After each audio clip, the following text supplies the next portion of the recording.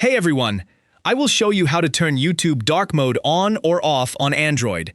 I will also explain Use Device Theme, so you can choose whether YouTube stays dark or follows your phone. Start with YouTube Open. From Home, tap U in the bottom right corner. On the U page, tap the Settings gear in the upper right corner. Under the Account heading, tap General. The first item is Appearance. With the description, choose your light or dark theme preference. This is the control we need, and it changes YouTube's appearance. Tap Appearance to open the theme choices. You will see Use Device Theme, Light Theme, and Dark Theme. First, tap Light Theme, so the difference is easy to confirm. The dialog closes immediately, and the general page changes to a bright white background with dark text. That visible change confirms Light Theme is now selected in YouTube. To turn dark mode on, tap Appearance again, then choose Dark Theme. YouTube switches instantly to a black background with light text.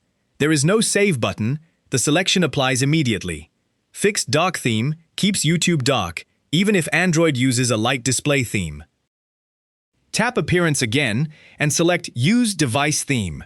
YouTube now matches Android's current theme. This phone already uses Android dark mode, so the page remains dark, but the selected option is Use Device Theme.